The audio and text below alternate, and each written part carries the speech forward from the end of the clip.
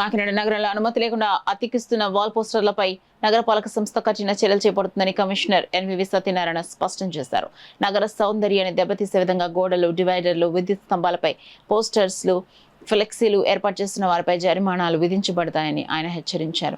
ఇప్పటికే ఇలాంటి అనుమతి లేని పోస్టర్లను తొలగించే చర్యలు ప్రారంభించినట్లు తెలిపారు. బుధవారం ఉదయం కమిషనర్ సత్యనారాయణ ఎన్టీఆర్ నగర్, ఏటుమొగ, మహాలక్ష్మి నగర్ ప్రాంతాల్లో విస్తృతంగా పర్యటించారు.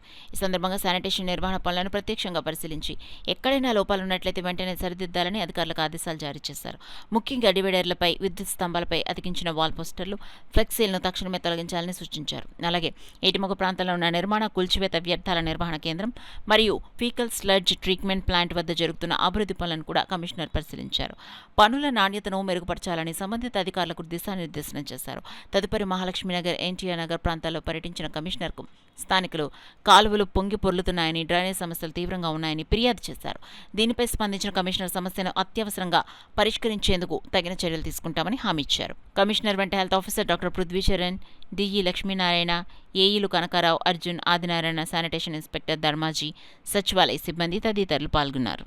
కలవట్ కోసం 1 లక్ష రూపాయలు కూడా మనం మంజూరు చేయడం జరిగింది. వర్క్ కూడా తొందరగా స్టార్ట్ అవుతుంది. అదేవిధంగా ఇక్కడ మెయిన్ డ్రైన్ ఉంది. ఈ డ్రైన్ మునిగిపోయి ఆ చివరిలో ఉన్న డ్రైన్ కి కరెంటింగ్ కోసం కూడా దానికి కూడా మనం 5 lakhs రూపాయలు మనం మంజూరు చేయడం జరిగింది. టెండర్ కూడా ఖరారు అయిపోయింది. ఆ ఏజెన్సీ వారు ఎవరైతే కాంట్రాక్టర్ ఉన్నారో ఈ ready to start this work. అంటే మెయిన్ ఈ డ్రైన్ విషయంలో మనం యూ కెన్ టేక్ ఎవ్రీథింగ్. అదేవిధంగా ఇక్కడ మనకి ఫిష్ మార్కెట్ ఉంది. ఫిష్ మార్కెట్లో అంతా కూడా అక్కడ మనకి గతంలో వాష్రూమ్స్ లేవని చెప్పడం జరిగింది. వాష్రూమ్స్ పక్కన ఉన్న వాష్రూమ్స్ కూడా మనం రిపేర్ చేసి పబ్లిక్ పర్పస్ నిమిత్తం అక్కడ ఇవ్వడం జరిగింది. దానికి సంబంధించింది ఎవరు శానిటరీ ఇన్స్పెక్టర్ గారు, ఈ శానిటరీ ఇన్స్పెక్టర్ గారు చూస్తారు. అక్కడ 24 hours అందుబాటులో ఉండేలా చూడండి. అదేవిధంగా అక్కడ ఏదైతే మనకి ఫిషింగ్ మార్కెట్లో కొంతమంది అమ్మలు రోడ్డు మీద పెట్టి అమ్ముకుంటున్నారు. ఆల్రెడీ షెడ్లు ఉన్నాయి.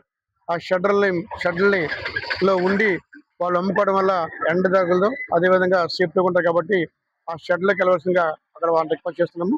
అదేవిధంగా షెడ్లన్నీ కూడా దగ్గరుండి నేను క్లీన్ చేయడం జరిగింది. అట్లానే వారికి వాటర్ ట్యాప్ అడిగారు. గతంలో వాటర్ ట్యాప్ ఉండేది, అది వివిధ కారణంలో డంప్ చేస్తారు, క్లీన్ చేసేస్తారు, క్లోజ్ చేసేస్తారు. అది క్లోజ్ చేయకుండా మళ్ళీ రీఓపెన్ చేయమని చెప్పి మన ఇరిగేషన్, మన డ్రింకింగ్ వాటర్ మన డిఈ గారిని కూడా ఇన్స్ట్రక్ట్ చేయడం జరిగింది. అదలకు కూడా ఒకటి, మీరు డ్రింకింగ్ వాటర్ ఆ ట్యాప్ను ఉపయోగించుకుని దాన్ని మళ్ళీ డ్యామేజ్ చేయకండి కొద్దిగా దయించి. ప్లీజ్ కొంతమంది ఆ ట్యాప్ని వేరే కారణాలతో వేరే పొజిషన్లో ట్యాప్ని డ్యామేజ్ చేస్తాం. దానివల్ల వందలాది మందికి వాటర్ తాగే అవకాశం లేకుండా పోతుంది. సో అక్కడ కూడా ట్యాప్ని రిస్టోర్ చేస్తాం. దాన్ని కూడా సక్రమంగా వినియోగించవలసిందిగా మేము అందరినీ రిక్వెస్ట్ చేస్తున్నాం. అదేవిధంగా మన జగన్నాథపురం నుంచి తాళరేవల్లి మెయిన్ రోడ్లో ఉన్న ఆల్ ఫ్లెక్సెస్ని చేయవలసిందిగా డీసీపీ గారు నిలసెక్కితే డీసీపీ టౌన్ సిటీ బాబు సెక్రటరీ గారు ఉన్నారు. Secretary will do things. మనకి వెహికల్ కూడా వచ్చింది. వెహికల్ ద్వారా కూడా మనం రిమూవ్ చేస్తున్నామండి.